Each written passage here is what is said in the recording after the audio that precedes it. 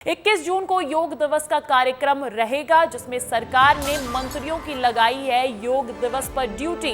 Deputy CM और cabinet मंत्रियों की लगी है ड्यूटी। राजेंद्र शुक्ला रीवा में योग दिवस कार्यक्रम में होंगे शामिल, तो वहीं डिप्टी सीएम जगदीश देवड़ा मंदसौर में आयोजित कार्यक्रम में रहेंगे मौजूद। कई जिलों में मंत्रियों को सौंपी गई है जिम्मेदारी। उज्जैन, भोपाल में योग कार्यक्रम में शामिल हो सकते हैं सीएम। तो देखिए, मध्य प्रदेश भी तैयार है पूरी तरीके से योग दिवस मनाने के लिए। उसी को देखते हुए 21 जून के इस कार्यक्रम को देखते हुए सरकार ने मंत्रियों की योग दिवस पर ड्यूटी लगा दी है।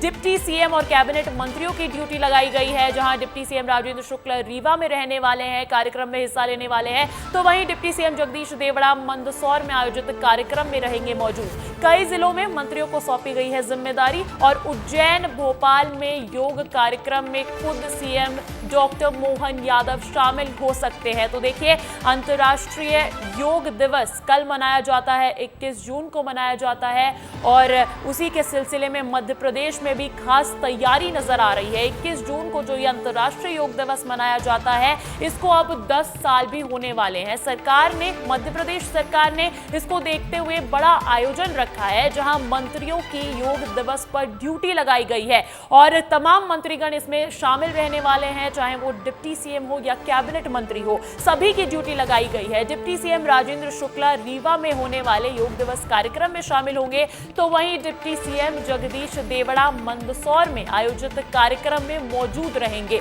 तो कई जिलों में मंत्रियों को इस चीज की जिम्मेदारी सौंपी गई है। कैबिनेट मंत्री भी शामिल है, डिप्टी सीएम भी शामिल है और खुद सीएम भी भोपाल और उज्जैन में होने वाले योग कार्यक्रम में शामिल हो सकते हैं। इस बार का योग दिवस जो है वो जोरों शोरों से मनाने की तैयारी में है। फिर चाहे मैं मध्य प्रदेश सरकार की बात करूं या मैं बात करूं केंद्र सरकार की, प्रधानमंत्री नरेंद्र मोदी भी जम्मू कश्मीर में रहेंगे, वहां पर योग करेंगे और योग भारतीय संस्कृति का एक ऐसा पड़ाव है जिसको भारतीय जनता पार्टी प्रमोट करती हुई दिखती है। 21 जून को योग दिवस का कार्यक्रम रहने वाला है और सरकार ने मंत्रियों की लगाई है योग दिवस पर खास ड्यूटी। और इस खबर पर अधिक जानकारी के साथ जुड़ गए हैं मेरे सहयोगी सूरज तिवारी। सूरज, योग दिवस का खास मौका है, ऐसे में बीजेपी इस दिन को जोरों शोरों से मनाती आई है। इस बार खास तैयारी एमपी में भी है, क्या कार्यक्रम रहने वाला है?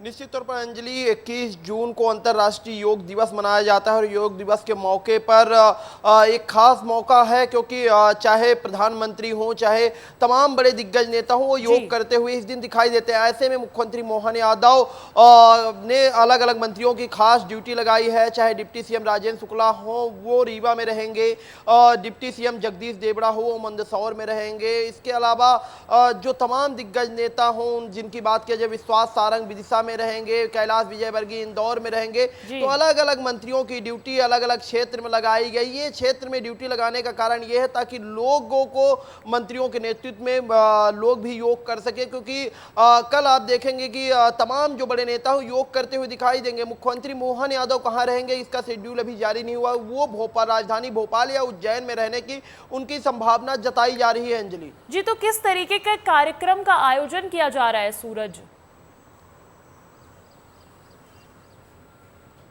देखिए, निश्चित तौर पर योग दिवस जब भी होता है तो तमाम समाज के लोग, तमाम आम लोग पहुंचते हैं और योग का कार्यक्रम होता है। सुबह से लोग योग करने लगते हैं और इसके द्वारा ये संदेश दिया जाता है कि योग जो है लोगों को निरोगी बनाकर रखता है, इसलिए हमेशा योग करना चाहिए। खुद प्रधानमंत्री नरेंद्र मोदी योग को लेकर हमेशा लोगों से एक बड़ा संदेश देते रहे हैं कि बाबा रामदेव हों, क्योंकि सबसे पहले जब ये योग दिवस मनाया गया था तो बाबा रामदेव इसकी मुख्य भूमिका में थे। उसके बाद ये अंतर्राष्ट्रीय योग दिवस के रूप में बदला। तो ये 21 जून को अंतर्राष्ट्रीय योग दिवस मनाया जाता है, तो तमाम, चाहे बिल्कुल 21 जून को अंतर्राष्ट्रीय योग दिवस मनाया जाता है और देश भर में ये जोरों शोरों से मनाया जाना है, इस साल भी हर साल की तरह ही। और इसे एक तरीके से, जो कार्यक्रम आयोजित किए जा रहे हैं, एक तरीके से इसे योग संवर्धन कार्यक्रम भी कहा जा सकता है। सूरज, आप बने रहिएगा मेरे साथ, अगली बड़ी खबर के साथ लौटूंगी आपके पास। तो इस वक्त की एक और बड़ी खबर मिल रही है अमरवाड़ा में होने वाले उपचुनाव को लेकर। देखिए, कांग्रेस अमरवाड़ा में आज दिखाएगी अपना दम। आज दोपहर 12 बजे धीरेन्द्र शाह इनवाती भरेंगे अपना नामांकन। कांग्रेस प्रत्याशी के नामांकन में जुटेंगे कई दिग्गज। प्रदेश कांग्रेस अध्यक्ष जीतू पटवारी भी वहां रहने वाले हैं। नेता प्रतिपक्ष उमंग सिंघार, पूर्व मंत्री सज्जन सिंह वर्मा, साथ ही साथ सुखदेव पांसे और संजय शर्मा भी होंगे इस कार्यक्रम में शामिल। तो देखिए, अमरवाड़ा में उपचुनाव होना है, 10 जुलाई को मतदान होगा, 13 जुलाई को मतगणना होगी। उससे पहले नामांकन की 21 जून आखिरी तारीख है और कांग्रेस पार्टी की तरफ से प्रत्याशी उतरने में इस बार भी देरी देखी गई है। जहां भारतीय जनता पार्टी की तरफ से वही प्रत्याशी हैं जो विधायक रह चुके हैं, जो अभी अभी भारतीय जनता पार्टी में शामिल हो गए, कमलेश शाह, तो वही कांग्रेस की तरफ से भी अब नाम साफ हो गया है। धीरेन्द्र शाह इनवाती उनको प्रत्याशी बनाया है जो आज अपना नामांकन भर सकते हैं और उनके इस नामांकन रैली में कई दिग्गज नेता भी मौजूद रहने वाले हैं। प्रदेश कांग्रेस अध्यक्ष जीतू पटवारी शामिल होंगे, नेता प्रतिपक्ष उमंग सिंघार भी रहेंगे, पूर्व मंत्री सज्जन सिंह वर्मा भी रहने वाले हैं और सुखदेव पांसे, संजय शर्मा भी शामिल होंगे। और इस खबर पर अधिक जानकारी के साथ फोन कॉल पर जुड़ गए हैं मेरे सहयोगी मुकेश तिवारी। मुकेश, क्या है ग्राउंड का माहौल? कांग्रेस की तरफ से भी अब उम्मीदवार उतार दिया गया है, खबर है कि आज नामांकन भी भरेंगे धीरेन्द्र शाह इनवाती। जी, मैं बताना चाहूंगा कि कांग्रेस ने उम्मीदवार घोषित कर दिया है। धीरेन्द्र शाह इनवाती को प्रत्याशी बनाया है। धीरेन्द्र शाह वहाँ अचलपुर धाम के छोटे महाराज कहलाए जाते हैं। आज उनकी नामांकन रैली है, 12 बजे के आसपास वो नामांकन पत्र दाखिल करेंगे। प्रदेश अध्यक्ष जीतू पटवारी, उमंग सिंघार, तमाम जो प्रदेश के नेता हैं वो यहाँ मौजूद रहेंगे। अमरवाड़ा उपचुनाव प्रभारी जो है सुखदेव पांसे भी मौजूद रहेंगे, छिंदवाड़ा जिला अध्यक्ष और प्रदेश कांग्रेस कमेटी के उपाध्यक्ष गंगा प्रसाद तिवारी वहाँ मौके पे मौजूद रहेंगे उस समय जब उनका नामांकन पत्र दाखिल होगा। जी बिल्कुल मुकेश, तमाम दिग्गज तो पहुंच ही रहे हैं, लेकिन क्या बड़ा शक्ति प्रदर्शन को देखने को मिलने वाला है इस नामांकन रैली में? जी हाँ, मैं आपको बताना चाहूंगा कि कांग्रेस रैली नामांकन पत्र के बाद रैली का आह्वान किया है। रैली निकाली जाएगी, वहां पे एक आम सभा होगी जिसको जीतू पटवारी और उमंग सिंघार, सुखदेव पांसे संबोधित करेंगे। ये जो जानकारी मिल रही है वहां से एक बड़ा शक्ति प्रदर्शन करने का उनका बिल्कुल नामांकन रैली में शामिल है। जी ठीक है मुकेश, बहुत बहुत शुक्रिया तमाम अपडेट्स के लिए। और अब मेरे सहयोगी का रुख करूंगी मैं, सूरज मेरे साथ लगातार बने हुए हैं। सूरज, अमरवाड़ा का चुनाव अब साफ है, बीजेपी से कमलेश शाह, कांग्रेस से धीरेन्द्र शाह, हवा किस तरफ दिख रही है? देखिए, निश्चित तौर पर जिस तरह से बीजेपी से कमलेश शाह उम्मीदवार थे उसी को मास्टर कार्ड खेलते हुए कांग्रेस ने धीरेन्द्र शाह को उम्मीदवार बनाया है। ये आंचलकुंड धाम के जो दास हैं उनके कहीं न कहीं उनके बेटे हैं और जातिगत समीकरण, जातिगत फैक्टर को देखते हुए साथ में, क्योंकि जो ये आंचलकुंड धाम से वहाँ के जो लोग हैं खासा लगाव माना जाता है, उसे भी साधते हुए कांग्रेस ने इन्हें उम्मीदवार बनाया। तो धीरेन्द्र शाह जो है आज इनका नामांकन है दोपहर के करीब 12 बजे। प्रदेश अध्यक्ष जीतू पटवारी, नेता प्रतिपक्ष उमंग सिंघार और जो वहां के प्रभारी हैं सुखदेव पांसे और सज्जन सिंह वर्मा, ये तमाम दिग्गज नेताओं की उपस्थिति में उनका नामांकन दाखिल कराया जाएगा अंजलि, क्योंकि 21 जून जो है यानी कि कल नामांकन की आखिरी तारीख है। ऐसे में आज नामांकन दाखिल कराया जाएगा। एक बड़ा शक्ति प्रदर्शन भी देखने को मिल सकता है। बिल्कुल सूरज, नामांकन करवाया जाएगा, लेकिन वहां पर मुकाबला त्रिकोणीय है। गोंडवाना गणतंत्र पार्टी से भी देवरावन भलावी है वहां पर। तो इस तरीके में कैसा, मतलब कांग्रेस का ये प्रत्याशी उतारना कितना कारगर साबित होगा? देखिए, निश्चित तौर पर अमरवाड़ा जो विधानसभा सीट है, यहाँ पर अक्सर मुकाबला त्रिकोणी होता है। गोंडवाना गणतंत्र पार्टी के चुनावी मैदान में आने से मुकाबला हमेशा त्रिकोणी जरूर बनाती है, लेकिन इससे पहले भी गोंडवाना गणतंत्र पार्टी की बात करें तो विधायक भी चुने जा चुके हैं। 2018 में गोंडवाना गणतंत्र पार्टी का वोट बैंक अच्छा था, 2023 की विधानसभा में अच्छा था, 2018 में तो बीजेपी को तीसरे नंबर पर गोंडवाना गणतंत्र पार्टी ने ढकेल दिया था। ऐसे में कहीं ना कहीं इस बार जो मुकाबला है त्रिकोणी फिर देखा जाएगा। ये जो उम्मीदवार हैं धीरेन्द्र शाह, तो ये बीजेपी के जो कमलेश प्रताप शाह है उनको देखते हुए कहीं कहीं जातिगत फैक्टर को साधते हुए कांग्रेस ने इन्हें उम्मीदवार बनाया है अंजलि। तो निश्चित तौर पर मुकाबला अच्छा होगा। कांग्रेस के लिए सीट जीतना है इसलिए भी हो जाता है क्योंकि लोकसभा बिल्कुल मुकाबला अमरवाड़ा उपचुनाव में त्रिकोणीय रहने वाला है और ऐसे में तैयारियां भी है पार्टियों की। जहां आज कांग्रेस पार्टी का एक तरीके का शक्ति प्रदर्शन देखने को मिलेगा, वहीं भारतीय जनता पार्टी भी तैयार है। 35 स्टार प्रचारक उतार चुकी है चुनावी मैदान में स्टार प्रचार करने के लिए। चलिए, बहुत बहुत शुक्रिया तमाम अपडेट्स के लिए। देश के दिल मध्य प्रदेश के मुखिया सीएम डॉक्टर मोहन यादव दिल्ली दौरे पर हैं। इस दौरान उन्होंने कई केंद्रीय मंत्रियों से मुलाकात की। आपको 3 तस्वीरें दिखाते हैं। केंद्रीय गृह मंत्री अमित शाह से मिले सीएम डॉक्टर मोहन यादव, तो वहीं केंद्रीय ऊर्जा मंत्री मनोहर लाल खट्टर से भी उन्होंने मुलाकात की। इसके साथ ही साथ केंद्रीय पर्यावरण मंत्री भूपेंद्र यादव से भी मुलाकात की है सीएम डॉक्टर मोहन यादव ने। तो ये 3 तस्वीरें दिखा रहे हैं आपको। सीएम डॉक्टर मोहन यादव दिल्ली प्रवास पर है। वहां पर पहुंचकर उन्होंने तमाम मध्य प्रदेश की योजनाओं को भी रखा है मंत्रियों के सामने, खासकर केंद्रीय गृह मंत्री अमित शाह के सामने। और उसी बीच ये 3 तस्वीरें भी निकल कर आई, जहां पर केंद्रीय गृह मंत्री अमित शाह से मुलाकात की सीएम डॉक्टर मोहन यादव ने, तो वहीं केंद्रीय ऊर्जा मंत्री मनोहर लाल से भी मुलाकात की। इसके साथ साथ केंद्रीय पर्यावरण मंत्री भूपेंद्र यादव से भी मुलाकात की सीएम डॉक्टर मोहन यादव ने। और देखिए, मध्य प्रदेश के मुख्यमंत्री डॉक्टर मोहन यादव ने जल संवर्धन अभियान को लेकर भी जानकारी दी है। उन्होंने जानकारी देते हुए बताया कि जल गंगा संवर्धन अभियान को लेकर भारी उत्साह देखने को मिला है, जिसके बाद इस अभियान के समयावधि को बढ़ा दिया गया है और अब यह अभियान 30 जून तक जारी रहेगा। इस दौरान विस्तार न्यूज ने खास बातचीत की है उनसे। क्या कुछ कहा है, सुनवाते हैं आपको।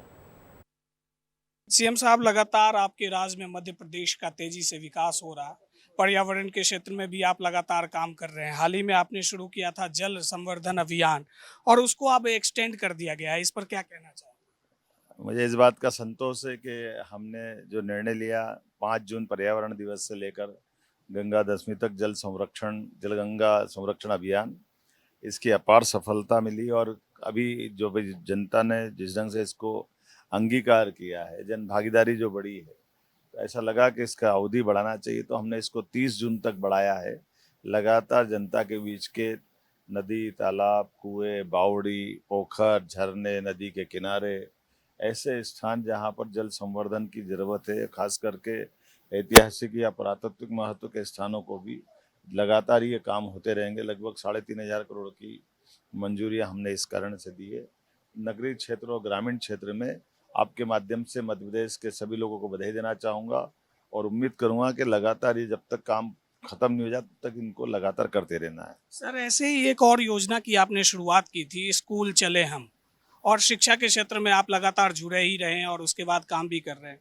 इस योजना के बारे में भी कुछ बताएं। निश्चित रूप से ये स्कूल चले हम, जो छोटे छोटे नन्हे बच्चे हैं, हम भी किसी न किसी स्कूल से पढ़े हैं। ऐसे में हर एक स्कूल को कोई न कोई को गोद भी लेना चाहिए, देखना भी चाहिए और स्कूल जाने का माहौल अनुकूल बने, इसलिए सब प्रकार की सुविधा जुटा करके हमारी सरकार ने कार्यक्रम बनाया है और ये लगातार चलेगा। स्कूल चले हम, जिसके अंदर नई शिक्षा नीति को परिप्रेक्ष्य में लेकर भी कई विकास के काम भी हम करने वाले हैं। मेरी अपनी ओर से इस पूरे आयोजन के लिए मैं स्वयं भी शामिल हुआ और पूरे प्रदेश में एक वातावरण स्वस्थ रूप से बनाया है, जो हमारा ड्रॉप आउट भी घटाएगा और स्कूल से बच्चों को जोड़े। तो ये थे हमारे साथ मध्य प्रदेश के सीएम मोहन यादव जी। इनका एक व्यस्त कार्यक्रम है दिल्ली में और दिल्ली पहुंचे हैं। इसके बाद इनका और भी कार्यक्रम है और इन्होंने बताया कि जल संवर्धन अभियान क्या है, शिक्षा के लिए जो इन्होंने स्कूल चले हम अभियान चलाया वो क्या है। इन्होंने विस्तार से हमारे साथ बातचीत की और बताया। वीडियो जर्नलिस्ट रेहान खान के साथ मैं राकेश चौधरी, विस्तार न्यूज़, दिल्ली। देखिए, मध्य प्रदेश में सरकार के मंत्रियों की अजब कहानी है। कभी बंगले के लिए मंत्रियों को जद्दोजहद करनी पड़ी, अब जब बंगले मिल गए हैं तो उनके रेनोवेशन में भी करोड़ों रुपए खर्च किए जा रहे हैं। खास बात है कि ये वही बंगले हैं जिन पर 2 सरकार पिछले 5 सालों में अपने मंत्रियों को सुविधा बेहतर देने के लिए रेनोवेशन कर चुकी है। तीसरी बार एक बंगले का 5 साल में रेनोवेशन हो रहा है। ऐसे में सवाल जरूर बनता है कि मध्य प्रदेश सरकार पर 3.5 लाख करोड़ का कर्ज है और मंत्रियों के बंगलों में लगातार करोड़ों रुपए रेनोवेशन पर खर्च क्यों किए जा रहे हैं। ये रिपोर्ट देखिए इस पर। खासी मशक्कत के बाद मध्य प्रदेश की सरकार के मंत्रियों को राजधानी में सरकारी आवासों का आवंटन कर दिया गया। इसके साथ ही मंत्रियों को आवंटित आवासों के रंग रोगन का काम शुरू हो गया है। मंत्रियों के बंगलों की साज सज्जा पर करीब 20 करोड़ रुपए खर्च होंगे। पिछले दिनों हुए स्टेट फाइनेंस कमेटी की बैठक में मंत्रियों के बंगलों के रिनोवेशन संबंधित प्रस्ताव को मंजूरी दे दी गई। इसके बाद लोक निर्माण विभाग की ओर से इस संबंध में प्रस्ताव को प्रशासकीय स्वीकृति दिए जाने के बाद वर्क ऑर्डर जारी किया जा चुका है। पिछले 5 सालों में सरकारी मकानों का रेनोवेशन काफ़ी चर्चा में रहा और सबसे महत्वपूर्ण बात है कि पिछले 5 साल में 2 बार बीजेपी की सरकार रही है। कमलनाथ सरकार में भी रेनोवेशन हुआ, शिवराज सरकार में भी रेनोवेशन हुआ और अब मोहन सरकार में भी मंत्रियों को उनको बंगले अलॉट किए गए हैं, इसलिए बंगलों का रेनोवेशन हो रहा है। मध्य प्रदेश में 3.5 लाख करोड़ का कर्जा है और इसके बाद हालत ये है कि मध्य प्रदेश में 5 साल के भीतर 2 सरकारों में बैठे मंत्रियों के लिए अलग अलग फंड जारी किए गए उनके बंगलों के लिए, और अब मोहन सरकार के मंत्रियों को भी बंगले अलॉट हैं तो उनके लिए भी बजट भारी भरकम खर्च हो रहा है। बंगले सजाए जा रहे हैं, माननीयों के मुताबिक बंगलों का कामकाज चल रहा है, नए सिरे से बंगले रेनोवेट किए जा रहे हैं और इसके लिए बाकायदा 20 करोड़ रुपए का बजट भी पास कर दिया है। और हैरत की बात है कि एक तरफ जब ये गरीब किसान तमाम सारी बातें सरकार करती है तो ऐसे में एक सवाल उठता है कि आखिर मंत्रियों के बंगलों पे इतना खर्च क्यों।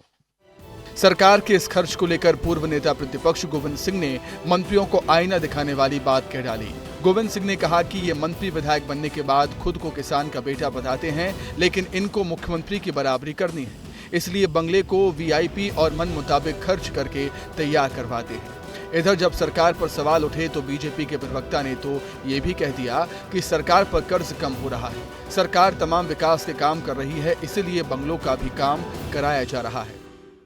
क्या है, कई मंत्री ऐसे हैं जो तत्काल आके वैभव में रहना चाहते हैं। साधारण किसान परिवार के अधिकांश जितने विधायक लोग आए हैं चुन के मंत्री हैं वो ग्रामीण क्षेत्र के हैं, परिवार किसान परिवार के हैं, लेकिन सत्ता के मद में वो सब भूल गए। वो अपने नेताओं के आचरण के अनुकूल अपना काम कर रहे हैं। करोड़ों रुपए जो बिल्कुल घोर अन्याय है, प्रदेश के साथ धोखा है। सरकार में जो भी खर्चे किए गए वो आवश्यक खर्चे किए गए और जनहित के कार्यों के लिए ज़्यादा से ज़्यादा बजट को रखा गया। चाहे लाडली बहना योजना हो, चाहे किसान कल्याण योजना हो, लगातार इस पे सरकार द्वारा पैसा खर्च किया जा रहा है। साथ ही सरकार का कर्जा भी कम होता जा रहा है। ऐसे में सरकार के ऊपर अपव्यय का आरोप लगाना पूरी तरह गलत है। बंगलों, कार्यालयों में जो भी कार्य किए गए वो आवश्यक कार्य थे।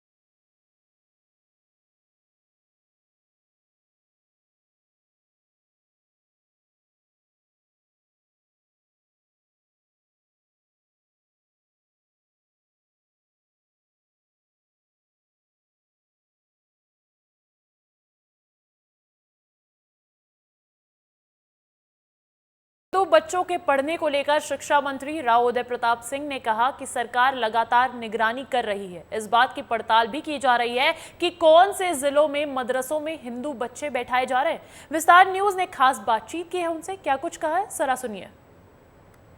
स्कूल शिक्षा मंत्री हमारे साथ में लगातार सक्रिय हैं स्कूल चले अभियान के लिए। आज कमला नेहरू स्कूल में पहुंचे और कल राज्य स्तरीय कार्यक्रम में थे। सर, क्या प्रगति है? आप लगातार सक्रिय हैं। नहीं, ये बहुत एक अच्छी अनुभूति होती है कि सरकार की जो मंशा है कि सरकारी स्कूलों में बच्चे पढ़ने आएँ, पालकों का स्कूल में संपर्क रहे, संवाद रहे, पालक भी उतना ही चिंतित रहे जितनी सरकार या व्यवस्था चिंतित है। मुझे खुशी है आज हमारे सीएम राइज में सैकड़ों की संख्या में अभिभावक यहाँ पर आए और उनके विचार भी मुझे सुनने को मिले, बच्चों के विचार सुनने को मिले और हम लोगों ने भी अपनी बात। आपने भी मोटिवेट किया, कहा आप पारंपरिक शिक्षा अपनी जगह, लेकिन अब बच्चों को अपने पैरों पर खड़े होने के लिए प्रयास हो रहे हैं। आप उससे खुश भी दिखाई दिए। और ये हमारे प्रधानमंत्री जी का सही मानों में सपना है कि नई शिक्षा नीति लागू हो और व्यावसायिक शिक्षा भी बच्चों को साथ साथ पढ़ाई के साथ साथ मिलती रहे, जिससे बच्चे अपने पैरों पर खड़े हो सकें।